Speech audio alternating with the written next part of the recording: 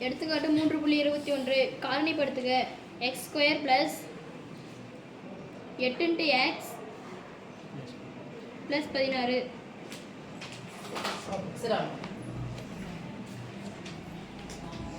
x² + 8 x + 16. எத்தனை உறுப்புகள் இருக்குமா? எத்தனை உறுப்புகள் இருக்கு? மிஸ் மூன்று உறுப்புலயும் பொதுவா எதனா எடுக்கலாம் பார்த்தா ரெண்டு ரெண்டா எடுத்துங்க மிஸ் அப்படின்னா இந்த ரெண்டு நான் எடுக்கிறேன். எதை எடுப்பேன்? x² எடுப்பேன். பொதுவா எடுத்தா எதை எடுப்பேன்?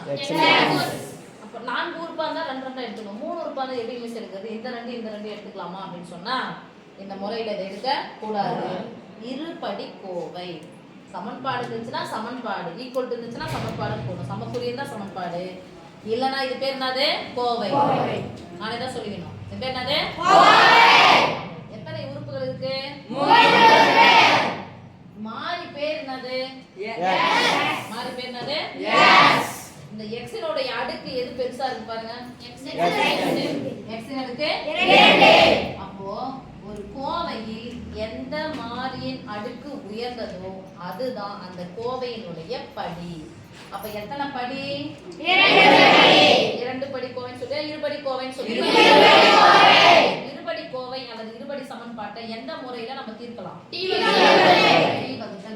டி வகுத்தல் முறையில தீர்க்கிறதுக்கு இங்கே போடுங்க சைடுல. நம்ம டி வகுத்தல் முறையில தீர்க்கிறதுக்கு ஃபர்ஸ்ட் நம்ம என்ன செய்யணும்? பனி உறுப்பையும் இதனுடைய கெழு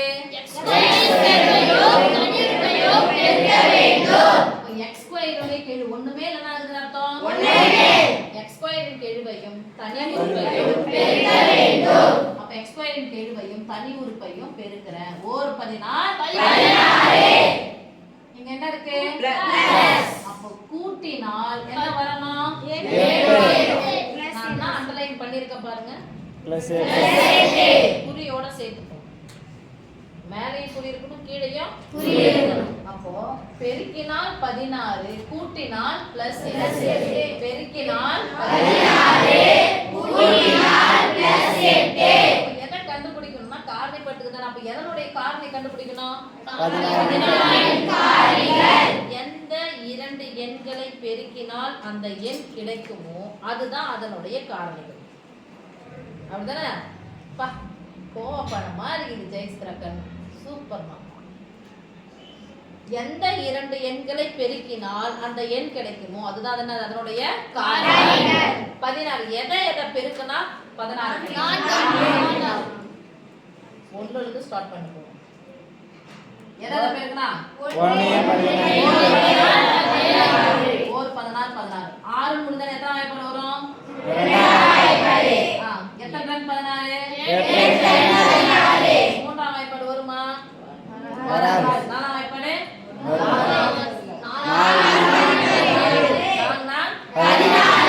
என்ன சொல்லியாச்சு? கூட்ட சொல்லியாச்சு.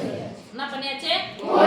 அப்ப இது ரெண்டையும் பெருக்குனா போட்டாச்சு. இப்ப ரெண்டையும் கூட்டுவோம். 16 1 17 இருக்கானா? இல்ல. கவனிக்க மாட்டேங்கிறீங்க.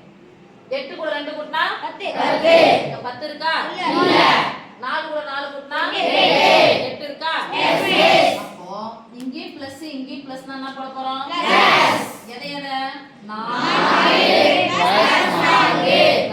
பிளஸ் 4 மாறி யாருங்க? ரைட்? முன்னாடி என்ன போட போறோம்? முன்னாடி என்ன போட போறோம்? எது இருந்தா மட்டும் x போடணும். முன்னாடி கெழு x² கெழு 1 இருந்தா மட்டும் தான் அப்படி போடணும். இல்லனா வேற மெத்தட். வேற மெத்தட்னா ஒண்ணு இல்ல. இத அந்த நம்பரால வகுக்கணும். இங்க 1 இருக்குனால 4 1ஆல வகுக்கணும். இங்க நான் 1 இருக்குனால நாங்க 1ஆல ஒரு எண்ணை 1ஆல வகுத்தா அதே என்ன கிடைக்கும்? நம்ம சொல்லுங்க. therefore காரணிகள் சொல்லுங்க. x + 4